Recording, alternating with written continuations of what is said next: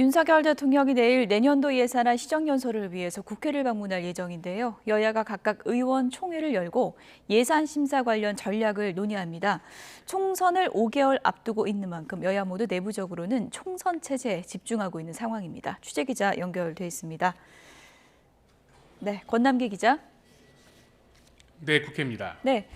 내일 윤 대통령 예산안 시정연설 앞두고 거대 양당도 의원총회를 열면서 준비에 착수하고 있죠?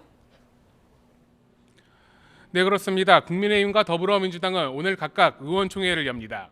양당 모두 지난주에 사실상 마무리한 국정감사에 대한 평가와 함께 11월 예산 전국의 주요 과제 등 관련 전략을 논의할 것으로 보입니다. 과반 의석을 점한 민주당은 앞서 기자회견을 통해 정부가 제출한 내년도 예산안은 국민 포기 예산이라며 철저한 심사를 예고했습니다. 윤 대통령에게 내일 연설에서 경제 실패에 대한 대국민 사과를 하라고 요구하기도 했습니다. 국민의힘은 정부 예산안에서 삭감된 연구개발 분야나 소상공인 지원책 등을 언급하며 꼭 필요한 민생 예산은 예산 심의 과정에서 다시 늘릴 수 있다는 입장입니다.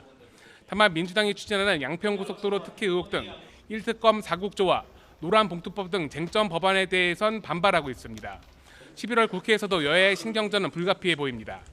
이런 가운데 오늘 오후 국회에서 열리는 이태원 참사 일주기 국회 추모제엔 어제와 달리 여야 원내대표가 모두 참석할 예정입니다. 다만 이태원 참사 특별법의 신속한 통과를 강조하는 민주당과 기존 법안의 보완을 주장하는 여당의 입장차가 여전합니다.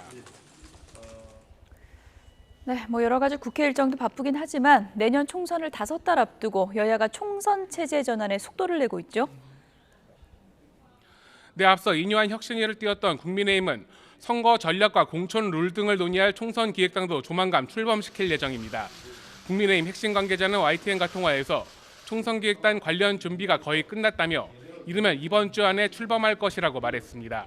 인요한 혁신위와 역할을 어떻게 나눌지 주목되는 가운데 인 혁신위원장 등 혁신위원들은 오늘 광주를 찾습니다. 통합 메시지를 내놓을 것으로 보이는데 인 위원장이 연일 영남 중진 등을 겨냥한 험지 출마론을 내놓고 있는 만큼 이에 대한 언급이 있을지 주목됩니다. 민주당 역시 총선 기획단 준비가 마무리 단계에 들어선 모습인데 당내에선 비명계를 중심으로 반발이 거세지는 모습입니다. 총선 기획단장을 친명계 조정식 사무총장이 맡을 가능성이 큰 상황에서 비명계 일각에선 이른바 공천 학살을 우려하는 목소리가 커지고 있습니다. 이재명 대표가 앞서 지명직 최고위원회 친명계 박정현 전 대전 대덕구청장을 임명한 뒤 조 사무총장에 대한 경질 주장까지 나온 상황에서 민주당이 어떻게 내용을 수습해 갈지 주목됩니다. 지금까지 국회에서 전해드렸습니다.